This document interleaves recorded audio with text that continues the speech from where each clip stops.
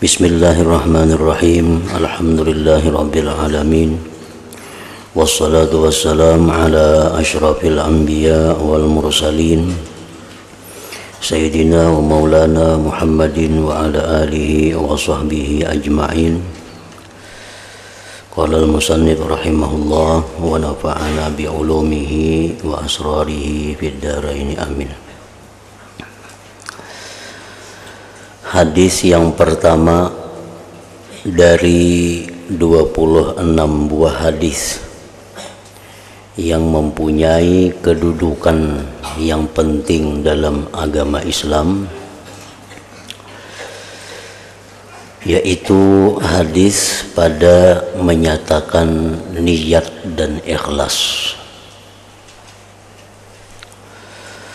An Amiril Mu'minin Abi Habsin Umar bin Al-Khattab radhiyallahu anhu qala Sami'tu Rasulullah sallallahu alaihi wasallam yaqul Innamal a'malu binniyat wa innamal likulli imri'in ma nawa faman kanat hijratuhu ila Allah wa rasulih fa hijratuhu ila Allah wa rasulih wa man kanat hijratuhu lidunya yusibuha aw imra'atin yankihuha fa hijratuhu ila ma hajara ilaihi. Muttafaq alaih, artinya hadis ini disepakati oleh Bukhari dan Muslim. Artinya daripada Amiril Mukminin Abu Habsin Umar bin Khattab radhiyallahu anhu, katanya, aku dengar Rasulullah sallallahu alaihi wasallam bersabda, hanya saja segala amalan itu dengan niat, dan hanya saja bagi setiap orang itu apa yang diniatkannya. Maka barang siapa hijrahnya, barang siapa beramalnya kepada Allah dan Rasulnya, artinya mencari keridaan Allah, mencari keridaan Rasulnya, maka hijrahnya kepada Allah dan Rasulnya, maka ridha Allah, ridha Rasul akan didapatnya. Dan barang siapa hijrahnya bagi dunia, barang siapa beramal untuk mendapatkan dunia yang akan diperolehnya, atau perempuan yang ingin dikawininya, maka hijrahnya kepada apa yang ia berhijrah kepadanya itu. Nah, ini hadis yang pertama dari 26 hadis yang mempunyai kedudukan besar di dalam agama Islam. Hadis niat ini adalah hadis yang nomor 1 karena segala perbuatan diawali dengan niat. Dan balasan yang kita terima di sisi Allah tergantung apa yang kita niatkan. Sembahyang kita berpahala atau kada tergantung niatnya.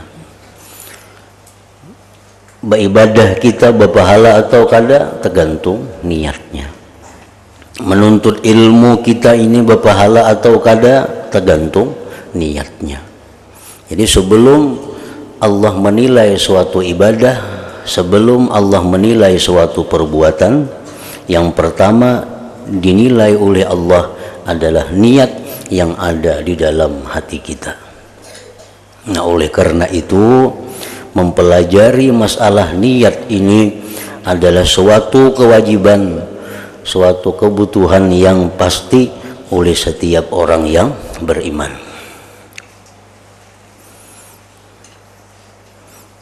Jadi belajar niat.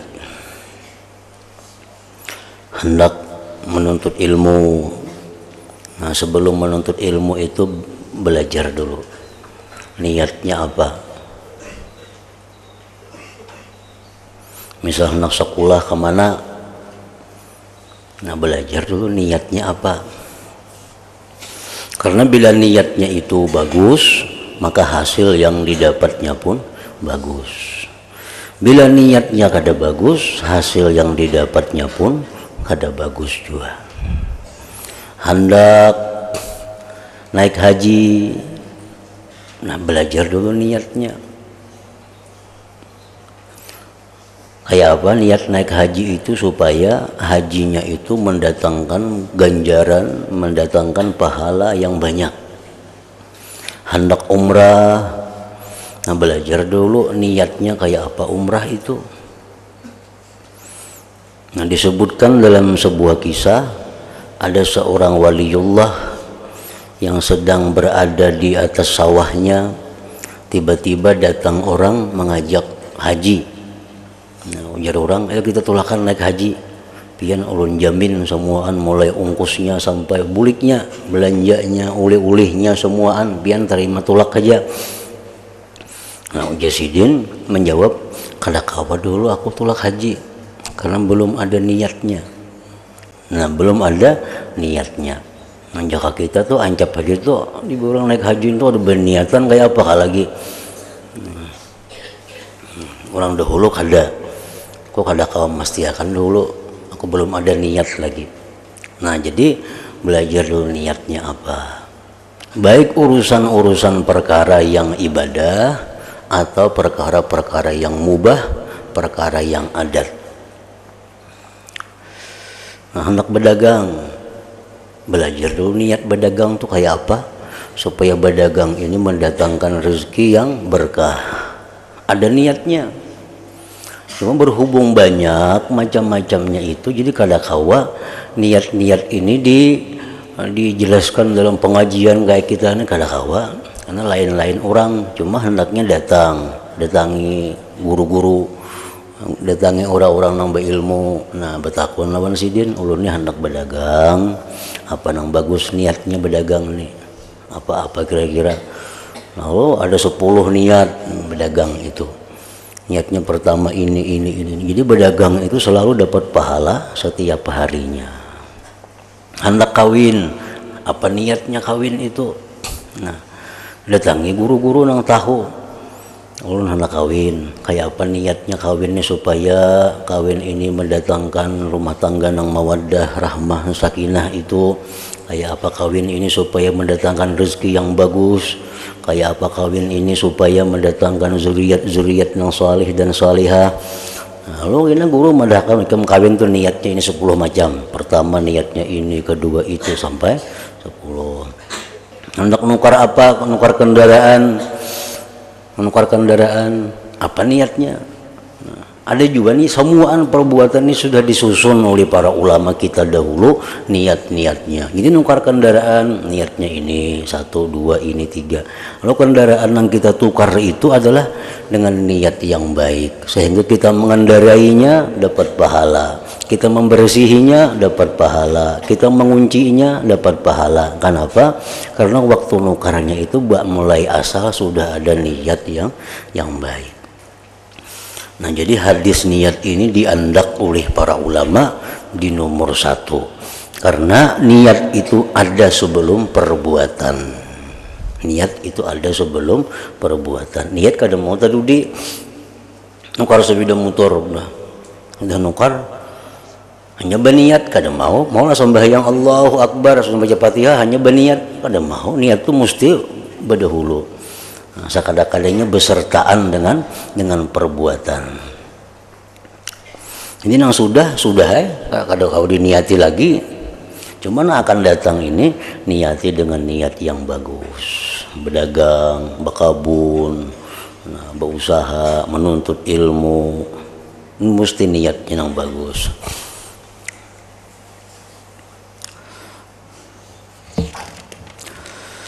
Hadis yang kedua pada menyatakan larangan terhadap bid'ah di dalam agama.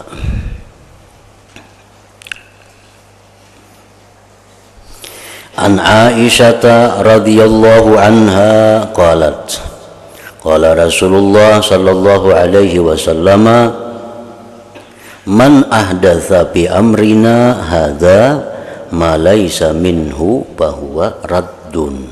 Muttafaq alaihi. Artinya hadis ini sangat kuat karena hadis ini dimasukkan dalam Bukhari dan Muslim juga. Artinya daripada Aisyah radhiyallahu taala anha telah bersabda Rasulullah sallallahu alaihi wasallam, siapa yang mengada-adakan dalam urusan agama kami ini akan sesuatu pekerjaan yang tidak ada daripadanya, maka yang diada-adakannya itu mesti ditolak.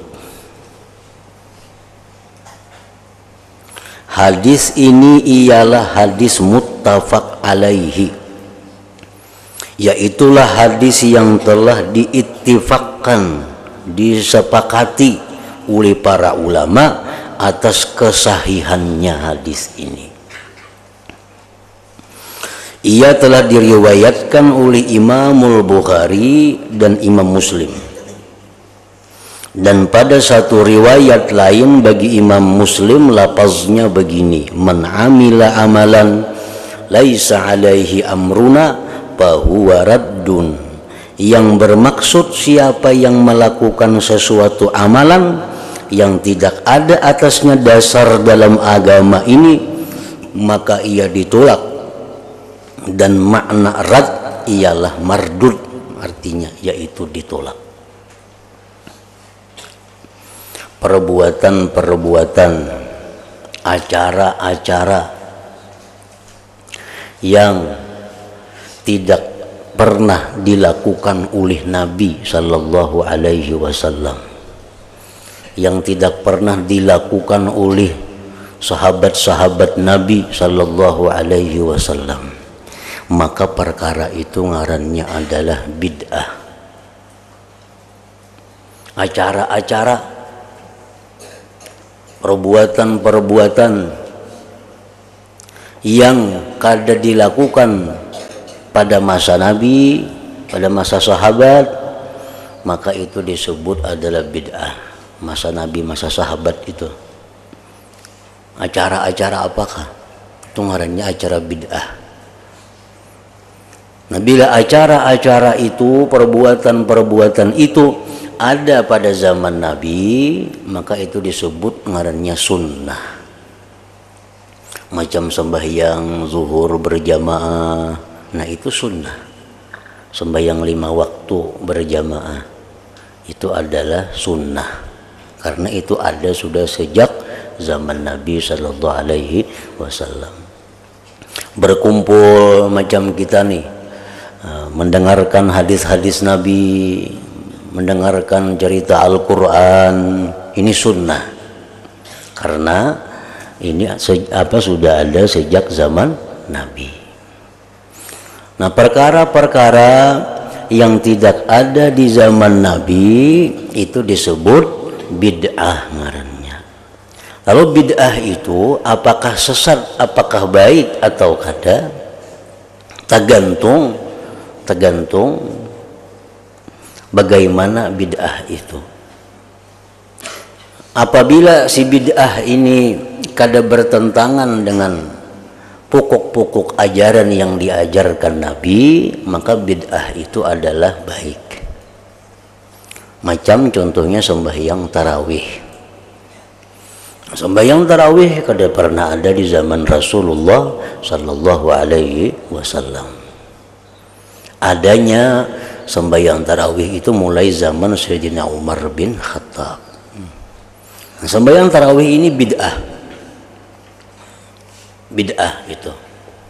Tapi sembahyang tarawih itu bid'ah dilihat dari pokok agama kada bertentangan. Sembahyang itu bagus, berjamaah itu bagus. Nah, apalagi pulang di bulan Ramadan, bulan yang bagus. Nah, jadi bid'ah itu menjadi bid'ah yang ni'matil bid'ah, menjadi bid'ah yang baik jadinya. Banyak apa acara-acara, perbuatan-perbuatan yang kada dilakukan oleh zaman Nabi itu dilakukan sekarang. itu bid'ah ngarannya. Apakah setiap bid'ah itu salah, setiap bid'ah itu sesat? Tergantung kayak apa pelaksanaannya. Kalau pelaksanaannya itu bertentangan dengan agama, maka itu bid'ah sesat. Nah, wajib ditutup. Memperingati Maulid Nabi contohnya lagi. Membaca Maulid Al-Habsyi, membaca Maulid Azab, membaca Maulid Diba, membaca itu kada pernah dilakukan di zaman Nabi sallallahu alaihi wasallam. Zaman Nabi kada ada orang mulut. Zaman sahabat kada ada orang mulut. Nah, lalu acara-acara Maulid itu bid'ah ngarannya. Apakah acara Maulid ini sesat? Tergantung pelaksanaannya. Tergantung pelaksanaannya. Bila pelaksanaan Maulid ini kada bertentangan dengan pokok-pokok ajaran agama, maka acara Maulid ini disebut dengan bid'ah yang baik. Bila acara Maulid ini dilaksanakan dengan banyak hal-hal yang bertentangan dengan ajaran agama, maka itu Maulid ngarannya adalah sesat, yang wajib ditolak. Kayak apa acara-acara Maulid yang dikatakan bid'ah yang baik? Di dalam kitab I'anah juz ketiga itu disebutkan bagaimana cara orang memperingati Maulid Nabi sehingga menjadi kebaikan. Nah, di situ disebutkan bahwa dengan mengundang sekelompok orang, lalu dibacakan di situ sejarah-sejarah Nabi, kelahiran Nabi, dibacakan di situ perjuangan-perjuangan Nabi, dibicarakan di situ akhlak-akhlak Nabi, dibicarakan di situ tentang keterangan bentuk tubuhnya Nabi, dibacakan doa, dihidangkan makanan-makanan yang halal. Nah, sudah itu bubar. Nah, ini bid'ah, tapi ini baik. Kenapa dikatakan baik? Satu, mengumpul orang satu kebaikan. Membaca sejarah Nabi satu kebaikan. Berdoa bersama satu kebaikan. Memberi makan orang dengan makanan yang halal satu kebaikan. Nah, jadi berkumpul banyak kebaikan-kebaikan sehingga acara Maulid Nabi tadi disebut adalah menjadi acara kebaikan ngarannya. Bujur aja di zaman Nabi itu kada ada mulut tuh bujur. Zaman sahabat kada ada Maulid bujur. Cuma kandungan yang ada dalam Maulid itu adalah sunnah. Kandungan dalam Maulid itu adalah sunnah. Seperti berkumpulnya kaum muslimin di satu tempat, itu disuruh berkumpul-kumpul, silaturahmi, saling berjinak-jinakan, menjauh datangan, itu disuruh. Membaca sejarah Nabi, hadis-hadis Nabi disuruh. Berdoa disuruh, bersalawat disuruh, memuji Nabi disuruh, memberi makan orang disuruh. Jadi Maulid itu selama isinya, selama kandungannya hal-hal yang sunnah, maka Maulid itu menjadi sesuatu acara bid'ah yang baik. Nah, apabila dalam Maulid itu terdapat hal-hal yang dilarang oleh Nabi, dalam acara Maulid itu ada didapat hal-hal yang dilarang oleh Nabi, walaupun hanya satu di antara 10 kebaikan, tapi ada satu yang dilarang. Nah, maka acara Maulid ini menjadi bid'ah dalalah, bid'ah yang sesat, bid'ah yang mendatangkan dosa. Misalnya kayak apa? Nah, misalnya orang mengadakan Maulid dengan duit nang kada halal. Nah, ini menjadi sesuatu sesat. Kan mengadakan Maulid itu perlu duit. Duitnya kada halal. Sedangkan Nabi mengatakan kalau duit itu kada halal, bolehkah kan no ampunnya. Ini kada diulahkannya Maulid. Nah satu, bila dalam acara maulid itu kayak apa aja baiknya, kayak apa aja bagusnya, tetapi ada nang kada halal itu jadi rusak semuaan, jadi dalalah, jadi sesat. Jadi acara maulid nang kita gawe itu bukan mendatangkan berkah, tapi mendatangkan laknat dari Allah, karena itu sesat dalamnya. Contohnya lagi, di dalam acara maulid itu halal, yang disiapkan ini barang-barang halal, tetapi di dalam maulid itu ada munkarat, ada kemunkaran. Di dalam kitab fikih disebutkan di antara kemunkaran itu misalnya di tempat maulid itu ada patung umpamanya. Ada patung, baik patung burung, baik patung unta, baik patung sapi, baik patung manusia. Nah, maka berkumpul di tempat itu sudah menjadi satu kemunkaran. Kecuali kita kawa memecahkan patung itu. Nah, marilah kita memecahkan patung itu, sariki ampun rumah banaham kita. Datang misalnya kita diundang orang ke rumah, macam maulid jar.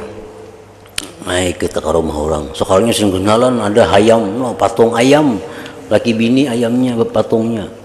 Nah kita itu. Nah kalau aturan nang sebujurnya, nang mestinya itu mesti kita tegur. Kami kada naik ke rumah sini bila patung itu ada. Nah, bila jampun rumah kada kawa belikan dia lagi. Nah karena kada jadi apa-apa di situ kalau ada kemunkaran.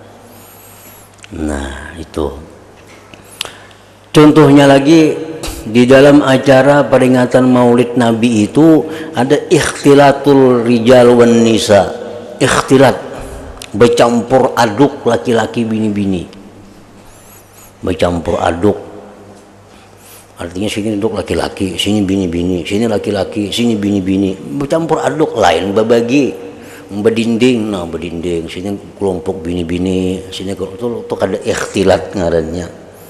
Ini ikhtilat ini bercampur, sini laki bini, sini orang laki bini, sini laki bini, nah sini laki bini bercampur binian lakian jadi satu. Cakap binian di dinding, sini lakian. Nah bila mana ikhtilat tadi itu satu kemunkaran ngarannya, satu kemunkaran. Apabila itu terjadi, maka maulid yang dilaksanakan tadi bukan menjadi bid'ah hasanah, tapi menjadi bid'ah dalalah ngarannya, bid'ah yang sesat. Ini bid'ah yang wajib ditentang. Nah, jadi jangan dikatakan bahwa maulid itu haram, kita kada umpat orang mengatakan itu. Maulid itu sesat, kita kada umpat itu. Tapi kita mengatakan bahwa maulid itu bid'ah, itu bujur. Tapi apakah bid'ahnya ini baik atau kada, tergantung apa isinya. Gantung apa isinya. Bila isinya bagus, maka itu membawa kepada kebaikan.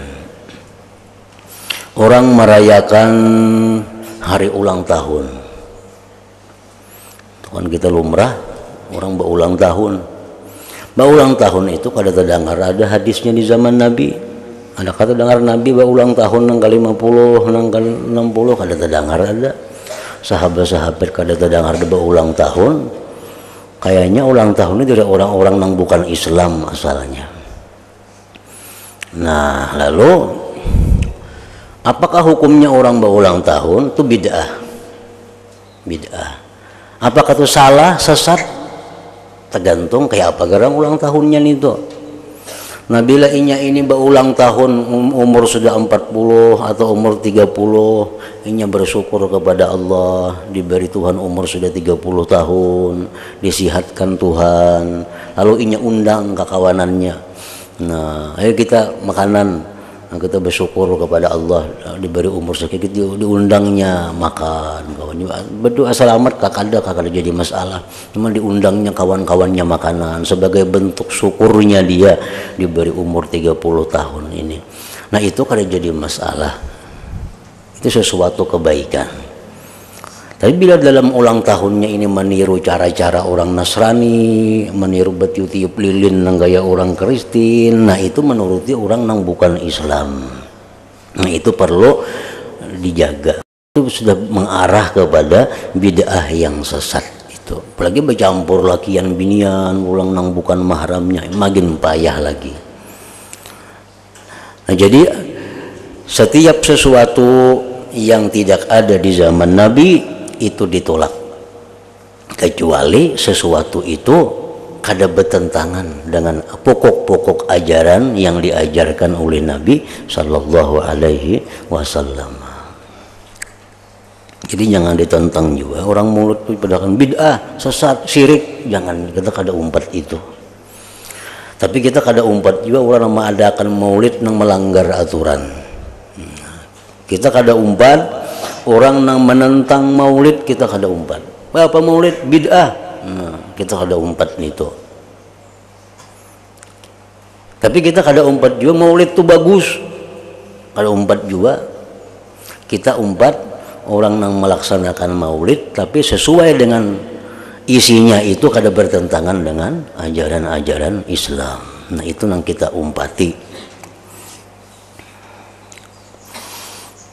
Dan maulid itu bukan hanya bulan Maulud, setiap hari kita disuruh memperingati lahirnya Nabi, itu sebagai bentuk syukurnya kita kepada nikmat Allah.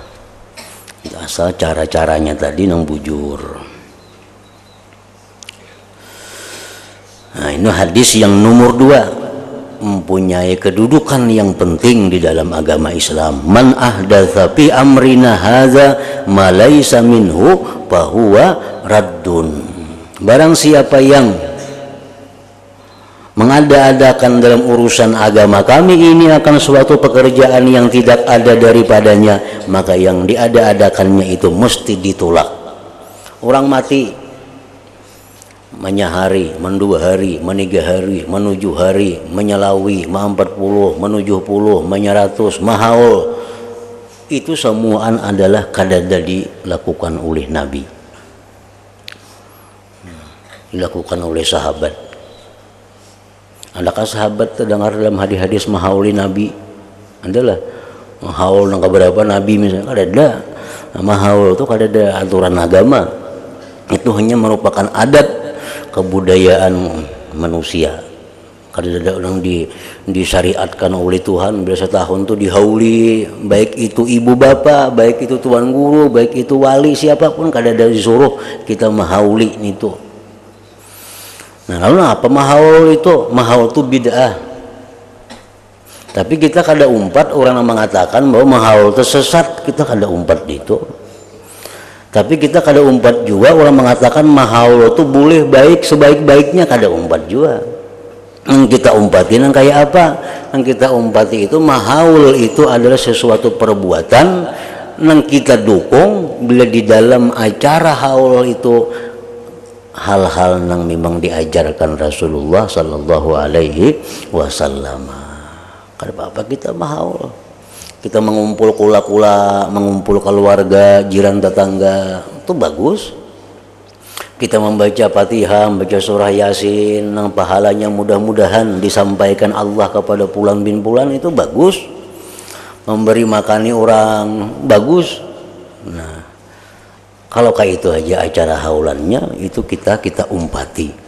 Tapi bila acara haulan itu banyak mengandung hal-hal yang kada ada dalam Islam, dalam acara haulan itu banyak mengandung hal-hal yang ditentang oleh Islam, yang kita kada umpat itu. Jadi kita kada menentang haul, tapi kada mendukung haul 100% kada juga. Kita dukung acara haul, acara maulid Nabi apabila acara itu masih dalam bingkai syariat Allah dan Rasulnya. Bila sudah di luar itu kita kada umpat, kita kada mendukung lagi. Nah, itu jalan yang paling baik, jalan tengah itu.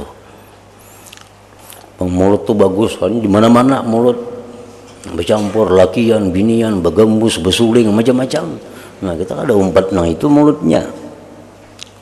Itu kaliwatan pulang ngarannya. Kada tahu sembahyang lagi orang mulut nih, juhur asar kada bersembahyangan lagi, orang mau urus mulut saja. Anak orang mulut nukar baju berhutang ke situ kamari, supaya bagus nih. Ada mulut bakalahian, behualan. Nah, kita kada umpat nih tuh, Nabi pun kada katuju. Banyak orang anak mengadakan maulid 2-3 bulan udah bersiap-siap. Maulidnya sejam tuntong, menyiapkan tuh 2-3 bulan, bulah baju, mulah ini, nah apa nih itu? Nah, berhutang-hutang duitnya, asitu kamari, kuitan ditangsa, mengeluarkan baju, orang mulut, nah itu kadang itu, kadang macam itu.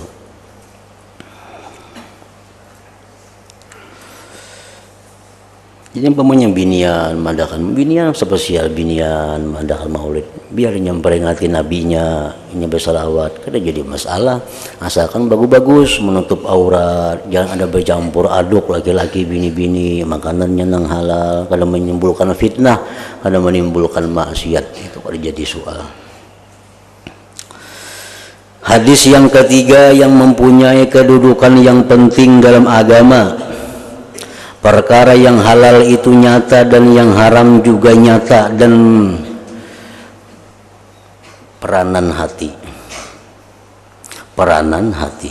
An Abi Abdillah An-Nu'man bin Bashir radhiyallahu ta'ala anhuma qala sami'tu Rasulullah sallallahu alaihi wasallam yaqul innal halala bayyinun wa innal harama bayyinun wa bainahuma umurun mushtabihat la ya'lamuhunna katsirun minan nas faman ittaqa syubuhati faqad istabra'a li dinihi wa irdihi wa man waqa'a fi syubuhati waqa'a fil haram qarra'i yar'a haula al-hima yushiku ay yarta'a fihi ala wa inna likulli malikin hima ala wa inna himallahu maharimuh ala wa inna fil jasadi mudghah idza salahat salahal jasadu kulluh wa idza fasadat fasadal jasadu kulluh ala wa hiyal qalbu. Artinya daripada Nu'man bin Bashir radhiyallahu anhuma berkata, aku telah mendengar Rasulullah sallallahu alaihi wasallam bersabda, sesungguhnya perkara yang halal itu jelas. Ada Quran, ada hadis menyatakan ini halal, ini halal, ini halal, ini halal, jelas. Dan perkara yang haram itu juga jelas. Ini haram, ini haram, jelas. Dan di antara keduanya itu ada perkara-perkara yang syubhat, yang tersamar. Nah, tersamar antara halal haram, antara halal haram. Dan siapa yang memelihara dirinya daripada perkara-perkara yang syubhat, maka sebenarnya ia telah membersihkan agamanya dan muruah dirinya.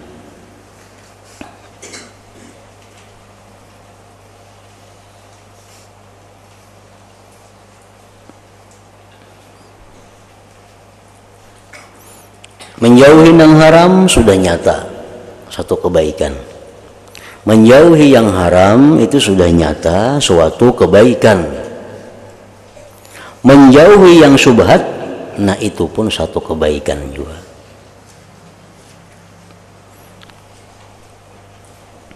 Cuma syubhat itu macam-macam. Ada syubhat yang hanya sekedar waswis, nah itu kada perlu dijauhi. Ada syubhat yang memang mesti dijauhi, itu ada. Ada syubhat yang kada perlu dijauhi. Misalnya syubhat yang kada perlu dijauhi yang kayak apa? Contohnya, nya kada hendak mencari iwak di sungai situ. Kalau pinta tangkap iwak orang nang lapas, inya kada hendak mencari iwak di sungai. Kalau kau tangkap iwak orang nang lapas, itu kan terlalu jauh benar itu. Subhatnya terlalu jauh. Nah itu kada jadi soal. Jadi mau kita di sungai tangkap iwak kada apa-apa itu. Walaupun ada kemungkinan iwak orang nang lapas tuh ada, cuma itu sangat jauh kemungkinannya. Nah, sangat jauh kemungkinannya. Nah itu subhat nang kada perlu dijauhi.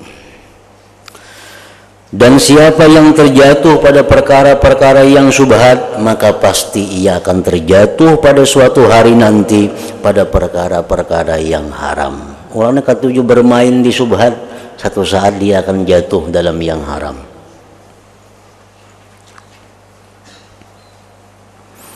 Seperti halnya seorang pengembala yang mengembala binatang ternaknya berdekatan dengan ke kawasan-kawasan larangan, maka cepat sekali ia akan mencerubuhnya.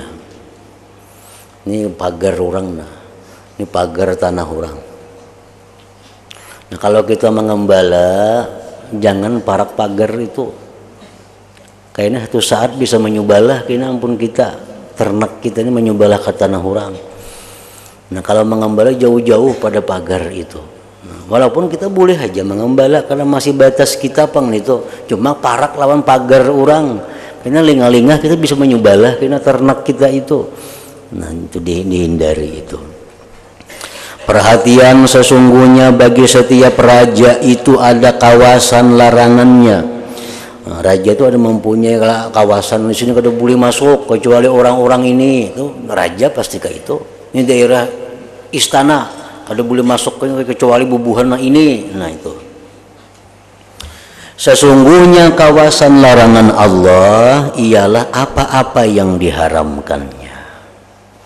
Perhatian, sesungguhnya di dalam jasad itu ada satu katul daging. Apabila ia baik, maka akan baiklah sebadan seluruhnya. Dan apabila ia rusak, maka akan rusaklah badan keseluruhannya. Perhatian, sakatul daging itu segumpal aja kita. Daging itu ialah hati. Dalam hati ini, dalam awak kita ini, hati ini sebuting. Bila hati ini baik, semuaan baik jadinya. Bila hati kada baik, semuaan jadi kada baik. Nah, itu rajanya. Bila rajanya kada baik, otomatis rakyatnya kada baik juga. Jadi dalam hati, dalam diri kita ini ada raja, ngarannya itu hati. Bila hati ini bagus, otomatis anggota tubuh yang lain menjadi bagus. Bila hati ini jahat, otomatis yang lain pun jadi kada baik. Nah itu hadis yang ketiga yang mempunyai dasar penting dalam agama kita. Nah kemudian hadis yang keempat pulang.